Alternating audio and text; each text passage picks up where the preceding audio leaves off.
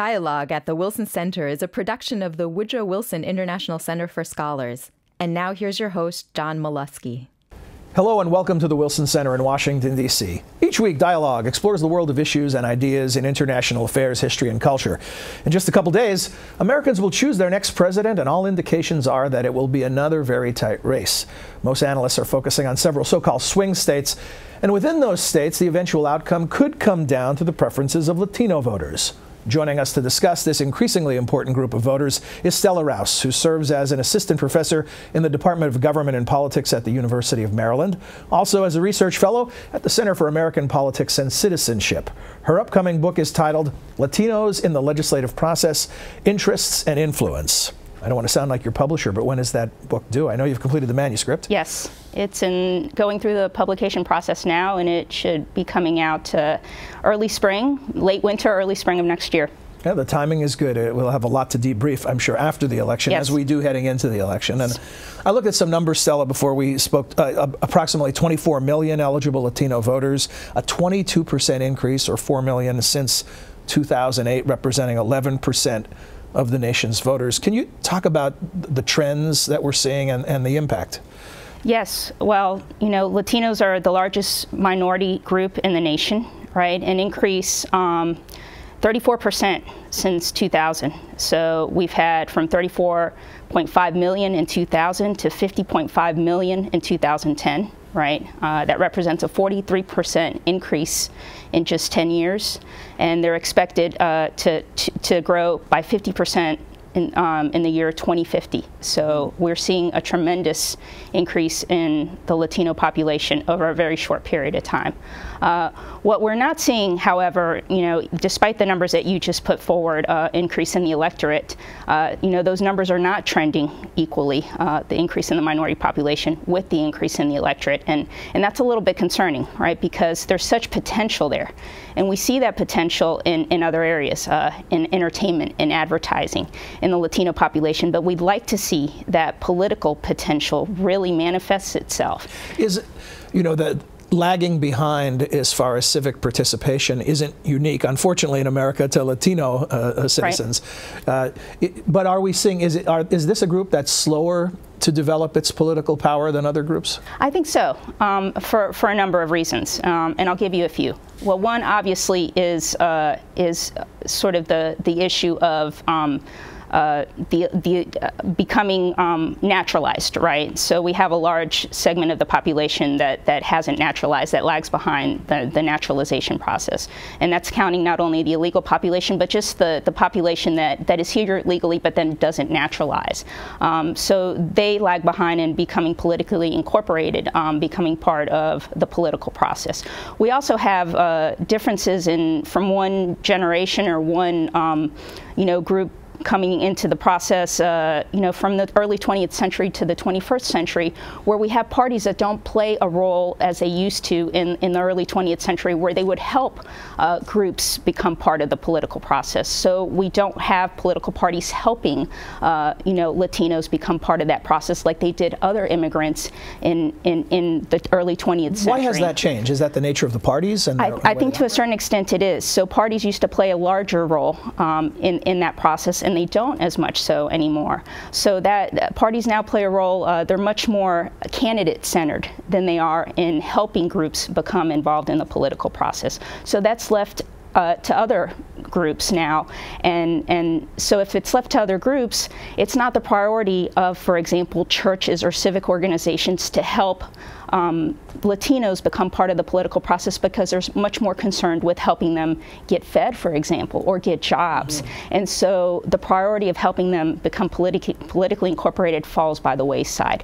So it's an issue of priorities, right? And so if parties aren't helping them become politically incorporated, that has fallen down on the scale of priorities for Latinos to become politically incorporated. And so if parties aren't taking that role on, it's not a priority like it used to be early in the 20th century.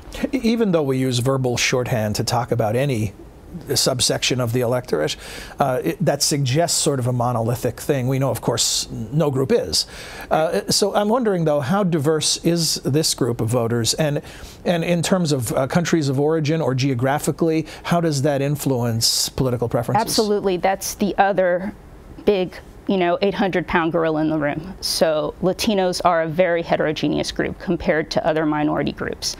They come from all over the world, right? And the perfect example is that they're the only minority group that is counted on the census by culture and history rather than by race. And that speaks specifically to their heterogeneous nature. So they're considered oftentimes as an enigma. How do we count them? How do we bring them together? And so not only as us as a society, as the U.S., how do we count them, but how do they count themselves? How do we amalgamate their interest? So do they have a political agenda? This is something that I cover in my book. I think the first issue as counting them as a group, or counting their interest or representing their interest, is do they have a political agenda that we can identify? How do we represent them if we don't know what it is that we're representing them? And do they? I believe they do.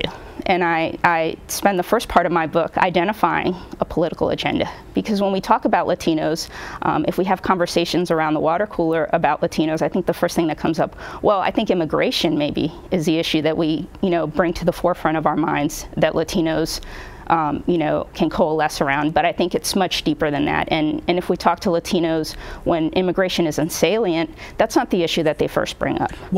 Give us a preview. What are the issues? Education. Education for Latinos is number one, number two, and number three. You talk to Latinos in the public, education is a number one issue for them. You talk to Latino representatives. And is that an understanding that as an immigrant population, the only way they're going to move forward is through education? Absolutely. Let me give you some numbers. For example, 16.5% of college folks enrolled in college age students are Latino now in this country. 16.5, which mirrors the number of Latinos in this country. 16.5, and that number is going to continue to grow. 1 out of 4 school-age children in this country are Latino. And by 2035, it's going to be a third of of elementary school children are going to be Latino. So Latinos see this. Education is their way forward, and they know that the government addressing education issues for them is what's going to, address other issues. So healthcare is involved in this. Immigration, all these issues are tied together, but it starts with education. And Latino representatives understand that that education is the most important issue. So it starts with education. It starts with healthcare is a second priority for Latinos. And so when you poll Latinos, immigration's not at the top of priorities for Latinos. So how does that factor into conventional wisdom that harsh political stances on immigration have alienated big chunks of the Latino vote and essentially driven them into the arms of the Democratic Party? Because it's the issue that brings them together. I think it's an issue that really ties them together, and it's an issue that mobilizes them. So these other issues have not been issues that are able to mobilize Latinos, to get them out in the streets, to bring them together. Every Latino knows a Latino who's probably an illegal immigrant, who's just trying to feed their family, who has come here to realize the American dream. It's a very emotional issue for Latinos, even if they themselves are, have not come here through illegal means, or, have not come here, seeking that path, have not driven here in the middle of the night trying to, better themselves, find a better life. In that way, they know somebody, or they know a friend of a friend, right? So it's an emotional issue that has been able to bring Latinos together. So with that in mind, looking ahead to the election, how uphill a climb is it for Governor Romney to reach whatever the critical threshold around somewhere north of 30% that he would need for it to make a big difference in these swing states where the Latino vote will be critical? I think it's a big uphill climb. I think he hasn't done a very good job of reaching out to Latinos on those not only emotional issues, but he has not defined an agenda on these other issues that are very important to Latinos. I think he's had an opportunity, right? Because unlike African Americans, for example, or other minority groups, Latinos are a group that can be, what I say, how I mentioned in the book is can be had. Their vote can be had. They're out there to be had. We've seen these numbers. They're not locked in to one party or the other. No, we see these numbers. So has President Obama then conversely done more in reaching out? I don't know that he's done so much more. You know what I'm trying to figure out? Is this an anti-Romney vote or a pro-Obama vote? I think it's more of an anti-Romney vote at this point, right? Because to this point, Latinos have been fairly disillusioned with President Obama not delivering some of the things that he promised after the election, after the previous election. He said he would pass the DREAM Act. He said he would try and pass comprehensive immigration reform. Neither of those two things he has delivered on. And I think that was an opening for Romney, that he could have tried to at least ease the language that he used during the primaries, but he went pretty far right during the primaries on these things. He has not supported the deferred action that President Obama put forward in terms of not deporting children of illegal immigrants. And this is a move, by the way, that he just made several months before this election, where he could have done this at any point during his presidency. And so this was seen by a lot of Latinos as a very political move. But Romney has not come forward and said this is something that he's going to keep in place during his presidency if he becomes president. He said that it will be something that will be taken up possibly by Congress, rather than saying that he will leave it in place as an executive order. So he has not done a whole lot to try and woo the Latino vote on issues of immigration. What he'll say is that he will try to and address comprehensive immigration reform, but he hasn't laid out specific plans on things that he will do specifically to try and address comprehensive immigration reform. He has not specifically said that he will push the DREAM Act forward. In fact, he says that he does not support the DREAM Act. He said that during the primaries.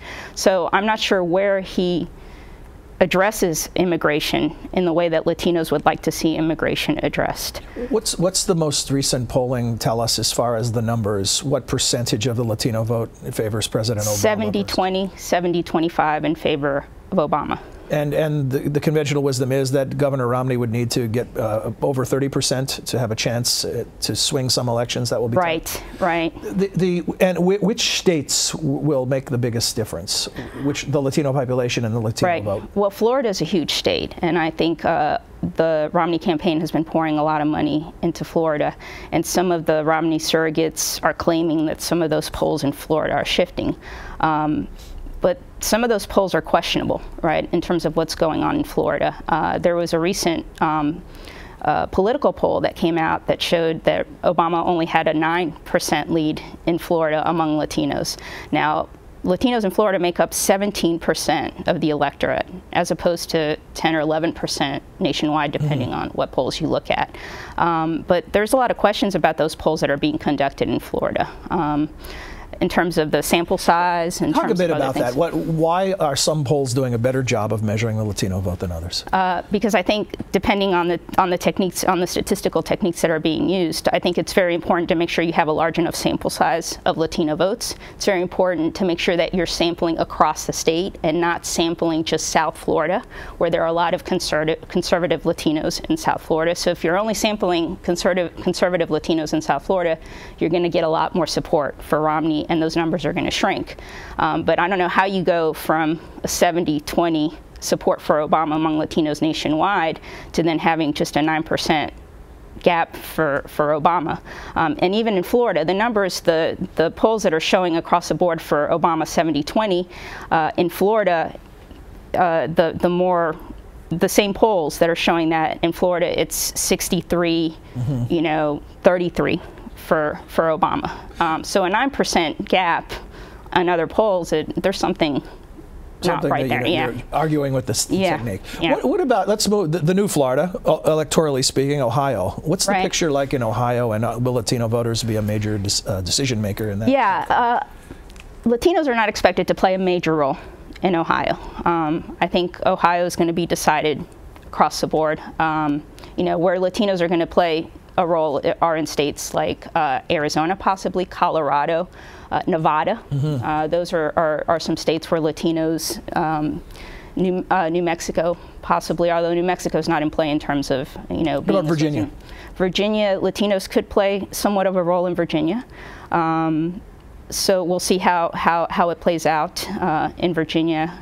But definitely Colorado and Nevada, those are some states where I think both campaigns are targeting their Latino central strategic folks are planning some targeted advertisement toward Latinos.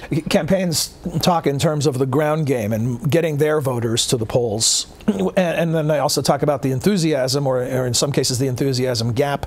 What do we know about Latino voters and their enthusiasm to actually come out and vote?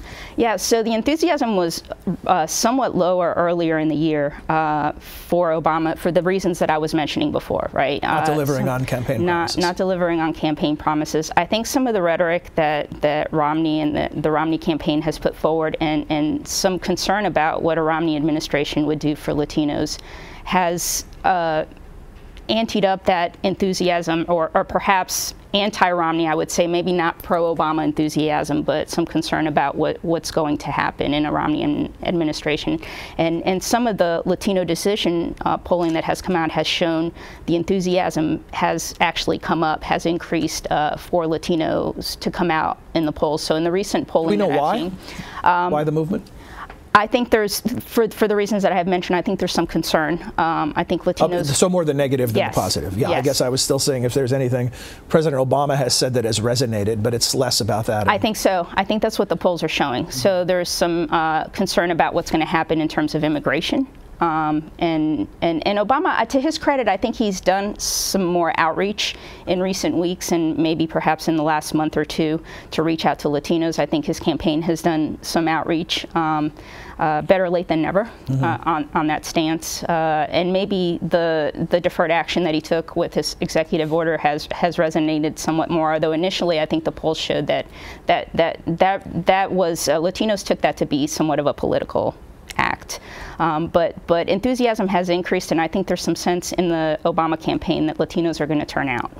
We'll see if that comes true or not. We'll see very shortly. Yes. And I won't put you on the spot and ask for predictions. We don't do punditry here. But I want to do look past the election, though, okay, past 2012. What are some of the trends you could identify? For instance, I think of a state named Texas that we didn't mention in your list, where there clearly is a large Latino population, and a lot of predictions that Texas can go from red to, if not blue, at least purple. What are you saying?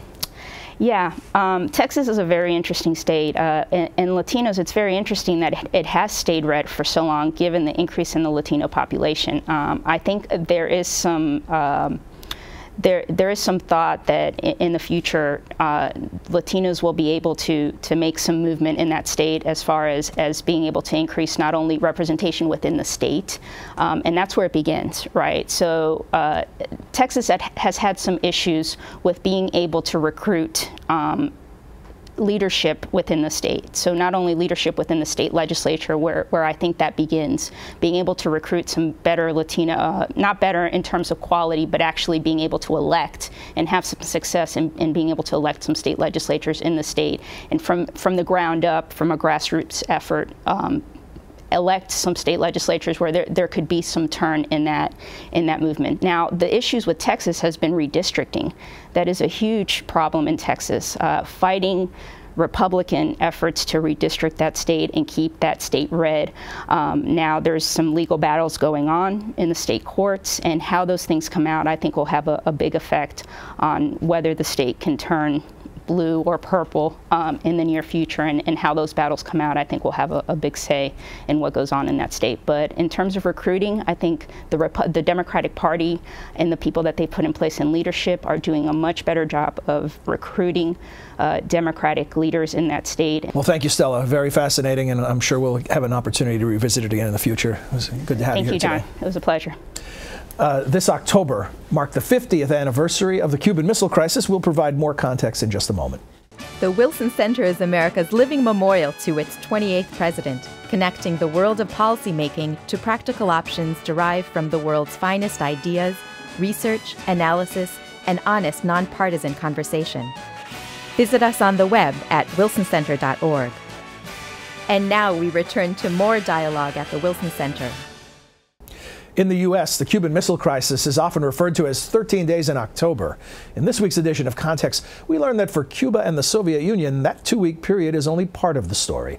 This week's guest is Svetlana Savranskaya, who is the editor of the new book, The Soviet Cuban Missile Crisis. Let's take a look.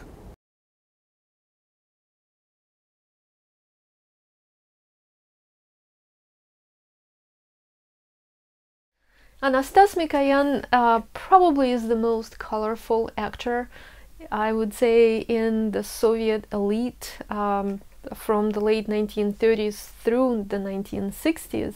He is deputy prime minister, but really he is the right hand of Khrushchev and his closest confidant. He is also sometimes called the Cuban on the Presidium. He is the top Cuban specialist in the decision-making circle around Khrushchev. He is the one who discovered Cuba for the Soviet Union in February 1960 and who essentially came back and said they are for real, even if they don't call themselves communists. They're on the right path, they're genuine, their revolution is something that we need to support. His role within the missile crisis was key. He was the person who essentially resolved the Cuban Missile Crisis in November 1962. The reason that we don't hear very much about his mission is because the mission was secret, and until now we practically did not have the documents about his mission. They were not publicized in the Soviet Union at the time. They are still secret in Russia.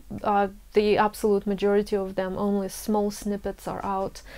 And he was the person whom Khrushchev sent to Havana to bring Castro back from the brink, because Castro in the late October 1962 felt betrayed by the Soviet Union. He felt not consulted, not even informed, and the Soviet Union wanted to keep Cuba as an ally, and that is why Mikoyan was seen to be the only person who could go and complete this mission impossible.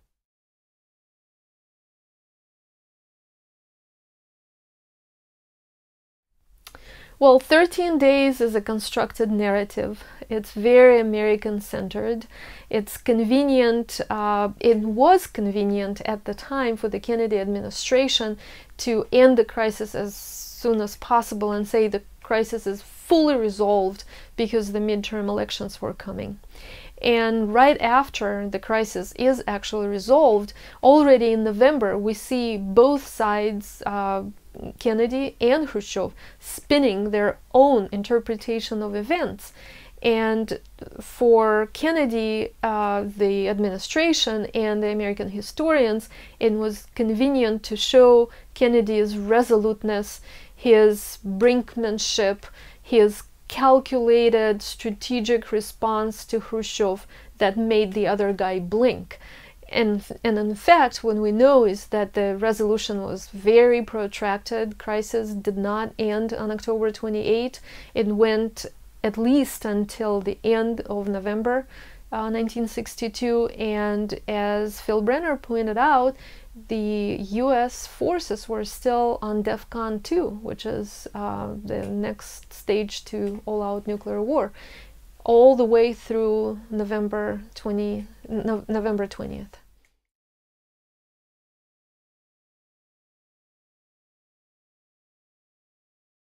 We have to say what changed Mikoyan's mind. While Mikoyan is in Cuba, in the course of his conversations with the Cubans, he discovers that the Cubans are not just a parking lot where you can put the missiles, take them out, bring them back in. He discovers that the Cubans are actually maybe the most independent variable of the crisis. He discovers they're not cooperative, silent allies that the Soviet Union can order around. And also he sees that they have a very different understanding of the nuclear war and the risks of nuclear war. He hears that they were willing and in fact pretty psyched about fighting a nuclear war and dying beautifully and heroically for the socialist cause. And the Soviets are not prepared to fight heroically and die for the socialist cause. And seeing that, on the one hand, romanticism of the revolution and absence of nuclear learning, Mikoyan decides for himself, and then he proposes it to the Presidium, to pull back tactical nuclear weapons, because he just can see how the crisis is spiraling out of control and how it could lead to a major confrontation if those weapons were left in Cuba.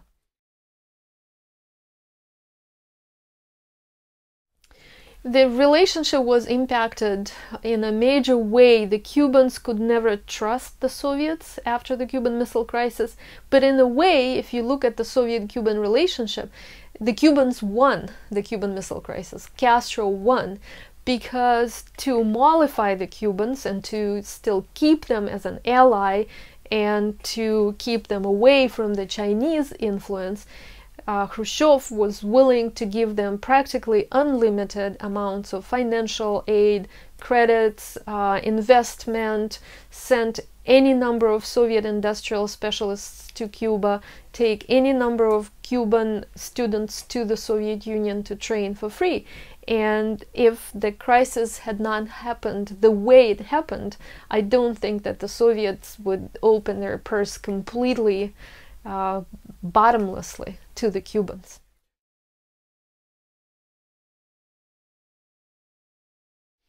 I think that the impact on the Soviet nuclear policy was again connected to the decision that Mikoyan made about pulling out the tactical nuclear weapons. In his conversation with Castro, he makes up a Soviet secret law, secret unpublished law, that the Soviet Union does not transfer tactical nuclear weapons to other countries. To the best of my knowledge and Sergei Mikoyan's knowledge, such a law did not exist in the Soviet Union, but that became a precedent once he said that that law existed to Castro. That became a precedent, and the Presidium approved that statement, and never again the Soviets transferred or considered transferring nuclear weapons to a third country. New editions of Context can be found each week at wilsoncenter.org/context. That's all for this week's edition of Dialogue at the Wilson Center. Until next week, I'm John Molesky. Thanks for joining us. We'd like to hear from you. Please send your questions or comments to dialogue@wilsoncenter.org. You can also follow us on Facebook. Search Dialogue Television and Radio. Our host's Twitter feed is twitter.com/John Molesky. Dialogue is a co-production of the Woodrow Wilson International Center for Scholars and MHZ Networks. Dialogue is available via broadcast, cable, satellite, and telco on MHZ Worldview throughout the United States. To see how to watch where you live, visit www.mhznetworks.org.